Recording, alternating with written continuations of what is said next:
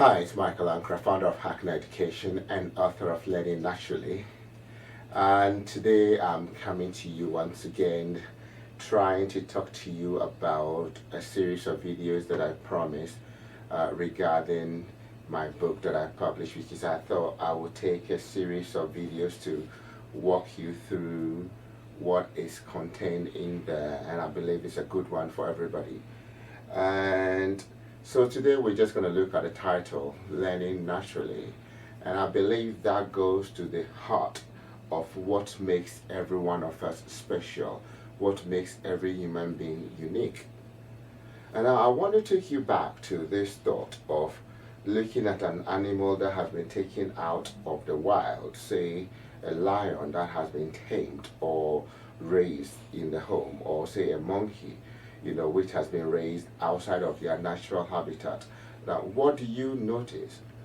You would realize, and I'll take you to a program that I love watching, and that's is called Monkey World.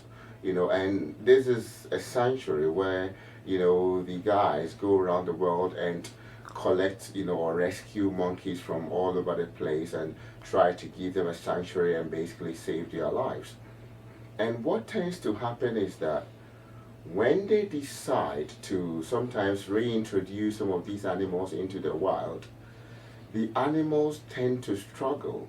They are not able to feed themselves, they don't know basically how to survive. And why is this the case? You would think that these animals have been brought up by humans in some more modern, facilities and environments, so perhaps they should be better off. But they are not. Now, they are not because they haven't had the opportunity to observe from their parents and the people in their, or the animals in their group, to go through their apprenticeship and also to experiment. And for me, that is a natural process of learning. Learning is not a modern creation by school. Learning is natural to all human beings. And that is the essence of the book title. So really the aim of the book is to bring everything back to nature. It's almost like you take a fish out of the sea or the river and you're trying to keep the fish in a condition that is not normal to the fish. You can try, but you will know that growth is going to be stunted.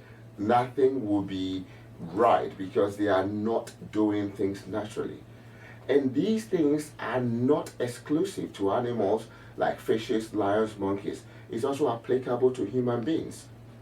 And what do I mean by this? When I started writing the book, the title was originally Ascent. And basically, I was looking at the challenges of our time, and I was saying that we should try to accept, accept the challenges and then do something about it. But then along the line, I realized that the problems that we face has got more to do with the unnatural ways in which we are trying now to raise the human race. And this is with the introduction of school. You see, when children are at home, we are able to teach them a lot of things. We learn naturally. We learn things like talking, eating, potty training, all those things. Children learn these things just like a lion, a cub will learn from their mom, okay, or monkeys will do. And then what happens? Once they get into school, school introduces what we think is the modern way of doing things, just like we will have, let's say, in the monkey sanctuary. So in the end, the unnatural situations created in school. And what is the unnatural situation? Number one of that is the artificial time barrier. So when you go to school, there is the expectation that by the time you are 6 years old, you should be doing X, Y, Z. And if you are not able to do that, then for some reason there's something wrong with you. And there's not. Because again, if we go back to our home education, when the home is teaching people how to walk, for instance, one day I asked the children in my class, how long did it take you to walk if your parents have told you? And they say, yeah, we've been told. And I got a varied, range of dates. Some said 7 months, some said 8 months, some said 12 months, 14, I had 20, 22. But then I said to myself, If this is how it took you to learn how to walk, why then are we trying to make all of you act and behave in the same way? Because that is not natural. So learning naturally is basically about going back to our roots. And one key thing, when I go into the depths of the book, we'll come to look at what actually learning means. But in terms of the title, it is just a matter of a call to action, an action to say that we shouldn't accept everything that formal education is selling to us. We shouldn't just assume that, because the school is saying this, then that's correct, or because the government is saying this, that's correct. Now, guess what? The politician, the member of parliament who has become the minister of education, was once an ordinary citizen, maybe a teacher, maybe doing something else. We cannot assume that just because people are in positions of authority, or they are there, or they have a certain title, they know. They don't. And we have all proven to ourselves that we can learn. But then there is a natural way of learning. And the natural way of learning is one that there must be relevance. Okay, what you learn must be important to you. If you watch babies, babies learn not through any language, but a baby will watch their mom, or they watch their dad, or they watch their environment, and they begin to react to it.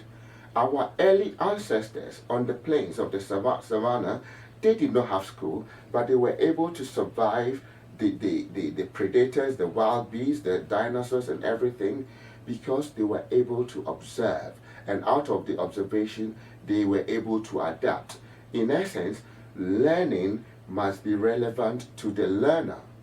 It is not worth the while to teach people things that are not relevant to them. If I go a child from Ghana and I'm teaching them about snow, it makes absolutely no sense to them. They may be fascinated about that initially, but after a while the question will be, why am I learning about snow? I live in 30 degrees Celsius most of the time. It makes absolutely no sense. So similarly, in every situation, learning must be tailored to the needs of the learner. A teacher cannot determine what a child must learn. A good curriculum must make sure that you have tailored the learning to the needs of the child. And then once that is done, the natural ingredient that is required is time. You cannot rush learning. I say to colleagues, you can teach all you want, but at the end of the day, the child will learn what they can learn. And so learning naturally is basically recognize that one, every human being can learn, but for every human being to be able to learn, one, the learning or what needs to be learned must be properly organized, and when done, the learner must be given the time that they need to learn. And if we do this, every child, every human being is going to grow up and be equipped with the ability to succeed in the world. And frankly, what you need to succeed is not English and maths. What you need to succeed is really to be able to adapt to what the world presents to you. So my name is Michael Ankrah. This is about the title, and we shall delve into the book later on. Thank you so much, and I will be with you again.